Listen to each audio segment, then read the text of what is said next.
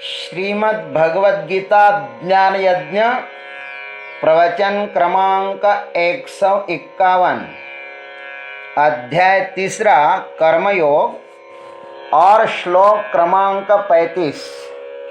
ओम त्र्यंबकं यजामहे सुगंधिं पुष्टिवर्धनम् उर्वारुकमिव बन्धनान् मृत्योर्मुक्षीयमामृतात् समस्त जन कल्याण निरतं करुणामयं नमामि चिन्मयं देवं सद्गुरुं ब्रह्मविद्वरं वसुदेवसुतं देवं कंसचानूरमर्दनं देवकी परमानन्दं कृष्णं वन्दे जगद्गुरुम्। ओम तत्सत्। मानो अर्जुन भगवान को कहते हैं कि हे प्रभु, तयोर्न वशमागच्छेत् तौ ह्यस्य परिपन्थिनो। यदि यही बात सत्य है तो राग द्वेष से मुक्त होने का एकमात्र यही उपाय है कि मैं युद्ध छोड़कर भिक्षान्न खाकर जीवन जी लूं। इस पर भगवान कहते हैं, श्रेयान् स्वधर्मो विगुणः परधर्मात् स्वनुष्ठितात् स्वधर्मे निधनं श्रेयः परधर्मो भयावहः। अन्वयार्थ, स्वनुष्ठितात् परधर्मात् विगुणः अपि स्वधर्म श्रेयान्। भगवान कहते हैं कि हे अर्जुन, अच्छी तरह आचरण किए हुए परधर्म की अपेक्षा गुण रहित होने पर भी निज धर्म ही स्वधर्म ही श्रेष्ठ है। अरे भाई, स्वधर्मे निधनम श्रेयः। अपने धर्म में मरना भी श्रेयस्कर है, लेकिन परधर्मो भयावह, और दूसरे का धर्म भय देने वाला है। आइए इस पर हम सद्गुरु कृपा से विचार विमर्श करते हैं। स्वनुष्ठितात् परधर्मात् विगुणः अपि स्वधर्मः श्रेयान्। अच्छी तरह आचरण किए हुए परधर्म की अपेक्षा गुण रहित होने पर भी अपना निज धर्म ही श्रेष्ठ है। इस श्लोक में अर्जुन को निमित्त बनाकर भगवान समस्त मनुष्य जाति के कल्याण की दृष्टि से एक सार्वजनिक सर्वसामान्य नियम को बता रहे हैं। स्वधर्म और परधर्म का विवेचन यहां पर है, किंतु स्वधर्म निश्चित क्या है और परधर्म क्या है, इसका स्पष्ट विवेचन यहां पर नहीं किया गया। अतः अनेक गीतार्थीन्वेषी चिंतक शास्त्रों में जो इतस्ततः धर्म के संबंध में कहा गया है उसको यहां पर उद्धृत करते हैं। धर्म शब्द बहुत आयामी है, प्रसंगानुरूप उसके अर्थ यदा कदा बदलते रहते हैं। यहां पर प्रकृति माने स्वभाव का प्रसंग चल रहा है, अतः उसके प्रसंग में स्वधर्म का अर्थ होगा अनंत अनंत जन्मों में किए गए कर्मों के अंतःकरण पर प्रतिबिंबित वासना रूप संस्कार। अपने निजी स्वभाव को मनुष्य जन्म जन्मांतरों से जो करता आ रहा है उसे ही यथार्थ जानना है, क्योंकि हम वही होना चाहते हैं। हमें अपने ही भीतर आंखें बंद कर झांक करके देखना है कि हमें क्या है, हमें क्या होना है। हम क्या हैं और क्या हो सकते हैं, स्वयं को पहचानना ही मनुष्य मात्र का स्वधर्म है, जो हमारे भीतर बीज रूप में छिपा हुआ है। उसको ही हमें अंकुरित कर विकसित करना है और उस स्वधर्म रूप वृक्ष पर खिले हुए सुगंधि पुष्पों से ही प्रभु चरणों की अर्चना करना है। और यही हम सुगमता से कर सकते हैं। इसी में ही हमारी जन्म की पूर्णता है। जब तक हमारा स्वधर्म फूल बनकर प्रभु के चरणों पर समर्पित नहीं होता, तब तक हम अपूर्ण ही हैं। भीतर अशांत है, दुखी है। पूर्वोक्त मंत्र में वर्णित द्वंद्व ही इसका परिणाम है। दूसरों के स्वधर्म को हम अपना स्वधर्म बनाने की चेष्टा करते हैं, तब यह द्वंद्वात्मक विकृति जन्म लेती है, राग द्वेष जन्म लेता है। जब हम अपने आसपास की दुनिया को देखकर उनका अनुकरण करने लगते हैं, तो स्वयं से दूर हो जाते हैं। हम स्वधर्म से भी गिर जाते हैं और परधर्म कभी हमारा हो ही नहीं सकता, क्योंकि वह हमारी नियति ही नहीं है। इसलिए हमारी स्थिति भयावह होगी ही। इसलिए लिखा है कि परधर्मो भयावह। ज्ञानेश्वर महाराज सुंदरतम दृष्टांत देकर इसका वर्णन करते हैं। क्या लिखा उन्होंने, देखो। सांगे शूद्रा घरि आघवे, पक्वान्ने आहाति बरवे, ती द्विजय के विसेवावे दुर्बणु दरि दाहलम। ब्राह्मण भले ही अष्ट दारिद्र्य से पीड़ित हो, तो भी उसे क्षुद्र के घर में बनाए हुए उत्तमोत्तम पकवानों का क्या सेवन करना चाहिए? अर्थात नहीं। अथवा तरी लोकांची धवळारे देखुनिया मनोहरे असती आपुली तृणारे मोड़ावे केवी। आंखों को चमकाने वाले लोगों के बड़े बड़े महलों को देखकर दरिद्र व्यक्ति ने क्या अपनी घास फूस की बनाई हुई झोपड़ी को तोड़ देना चाहिए? अर्थात नहीं। इन दो दृष्टांतों के द्वारा एक बहुत बड़ी मनोवैज्ञानिक बात यहां पर भगवान कहते हैं। हम अधिकतर दूसरों की तरफ देखकर स्वयं को भूल जाते हैं और झूठे असत्य प्रलोभनों में फंस जाते हैं।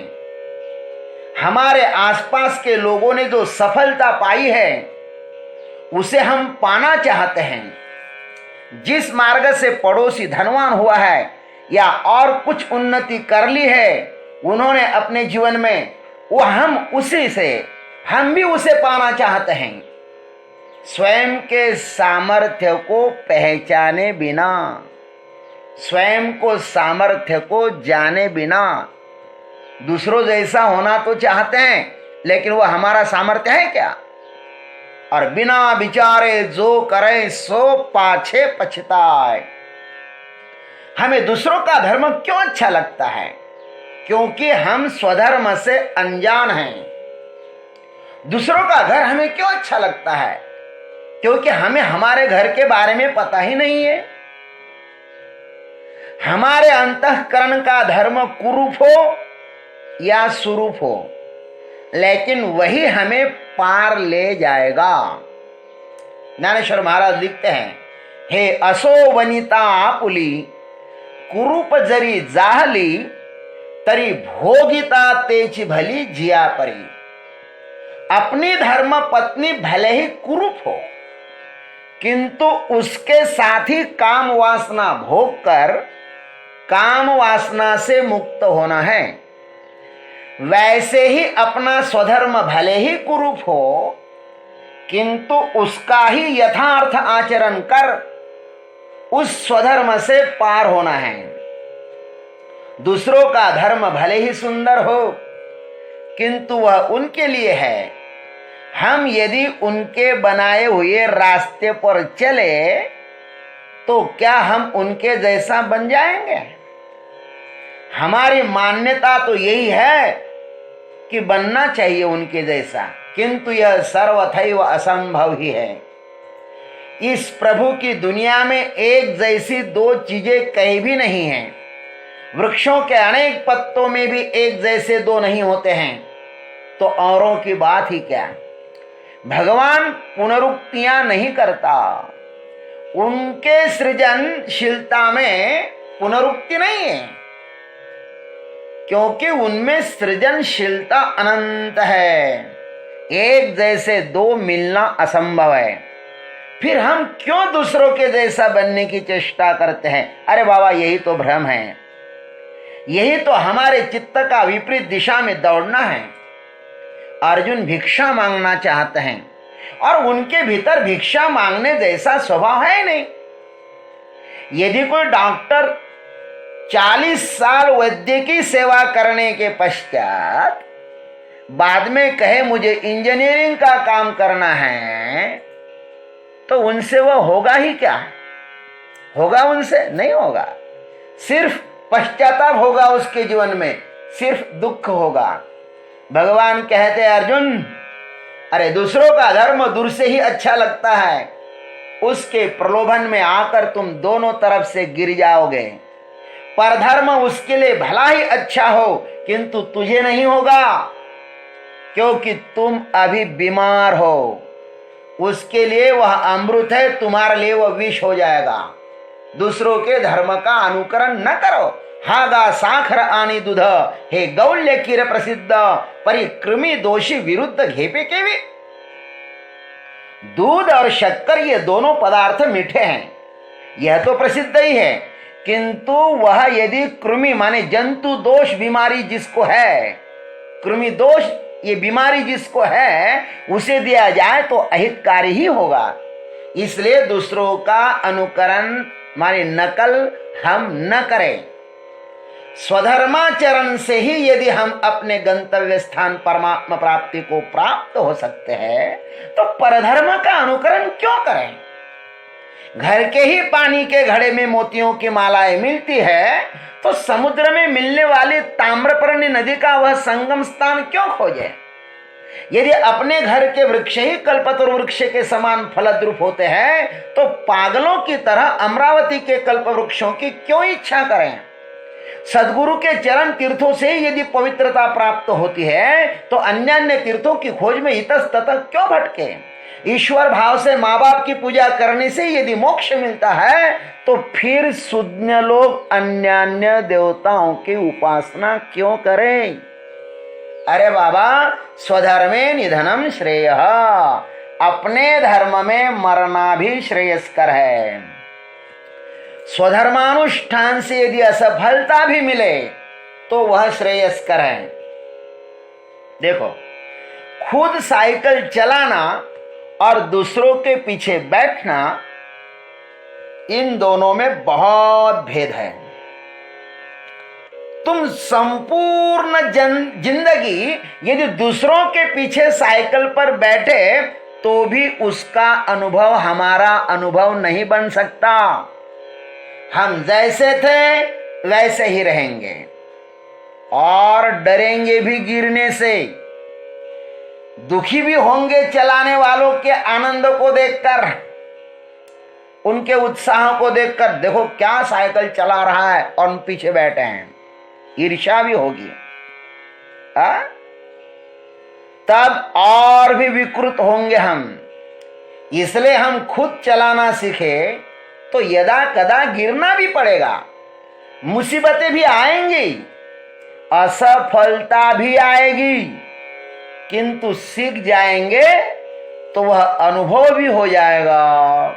फिर साइकिल चलाने का आनंद और ही होगा। अरे भाई, स्वधर्म पर चलते समय गिर भी जाए, मृत्यु भी हो जाए, तो भी वह व्यर्थ नहीं जाएगी, क्योंकि हम अपने गंतव्य की यात्रा पर हैं। स्वधर्म आत्माभिमुख बनाता है। हम जैसे हैं वैसे ही आत्मसन्मुख होने का प्रयत्न करें। आंखें मूंदकर हम अपने को स्वीकार करते हुए अंतर यात्रा करें। बहुत बार कुरूप आंतरिक संस्कारों को देखकर डर भी लगेगा, बहुत बार अनुत्साह भी घेर लेगा। अतः साधक को डगमगाना नहीं चाहिए। अंतस्थ यात्रा जितनी दुष्कर है उतनी सुगम भी है। गिरेंगे तो उठेंगे भी, चलने वाले ही गिरते हैं। इसलिए आलस में, प्रमाद में, बेहोशी में पड़े रहने की अपेक्षा अपने स्वधर्म का आचरण करते हुए गिर जाना भी श्रेयस्कर है। गिरे तो गिरे। देखो ना, अब महाराष्ट्र में उद्धव सरकार का क्या हाल हो रहा है। सत्ता की लालच में बाप बेटे ने अपनी धरोहर भगवे वस्त्र का भी त्याग कर दिया। पिताजी ने जिस वस्त्र के बल पर साम्राज्य स्थापित किया, जिसके बल पर, भगवे वस्त्र के बल पर, इस कुपुत्र ने सत्ता के लालच में आकर उसको ही फेंक दिया और ऐसों के पीछे जाकर बैठ गए महाराज, जो कभी उनके हो नहीं सकते। अब भगवे वस्त्र की अवहेलना करने का ध्यान रखना। भगवे वस्त्र की अवहेलना करने वाले को भगवा वस्त्र कभी भी क्षमा नहीं करेगा। भगवा वस्त्र इस देश का वैभव है। छत्रपति शिवाजी महाराज ने भी भगवे वस्त्र को बहुत आदर दिया था। भगवा वस्त्र मोक्ष का द्वार है।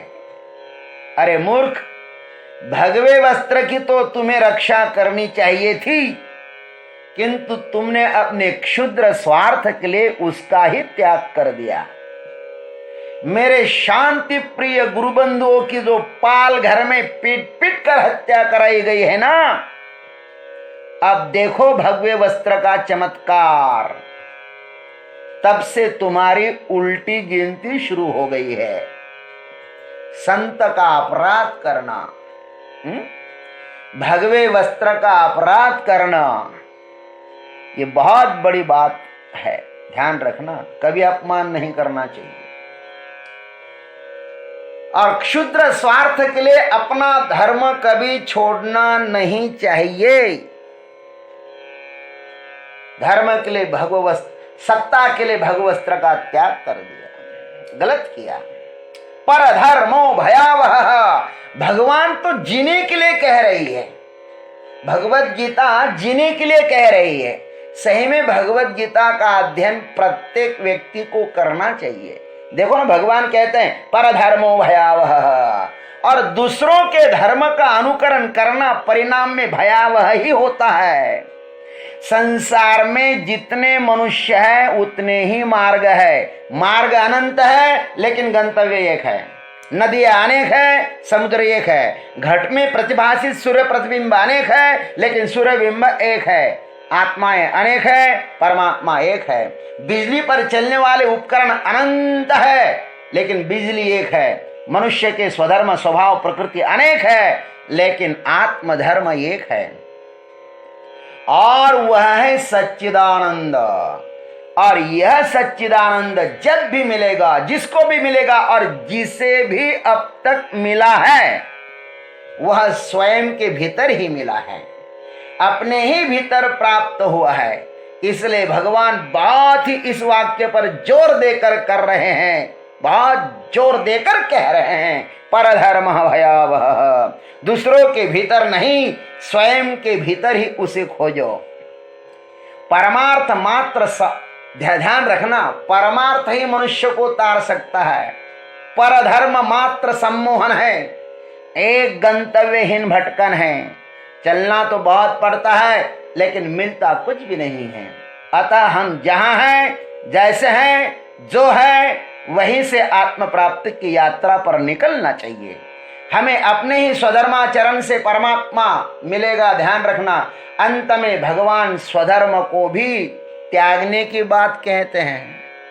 स्वधर्मान सर्वधर्मान परित्यज्य, यहां पर भी कहा था कि सर्व कर्माणि मनसा संन्यस्याध्यात्म चेतसा, समस्त कर्म अध्यात्म चेतसा होकर मुझे समर्पित कर दो।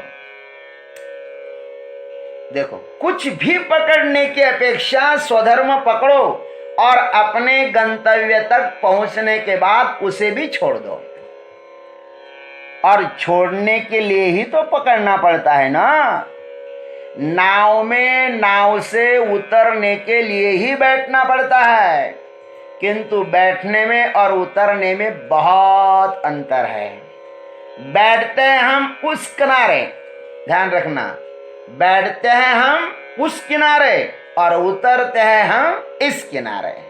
वैसे ही स्वधर्म में बैठो और परमात्मा में उतरो। यही जीवन की सार्थकता है और इसी को ही प्राप्त करने के लिए इस नश्वर शरीर में हमारा आगमन हुआ है।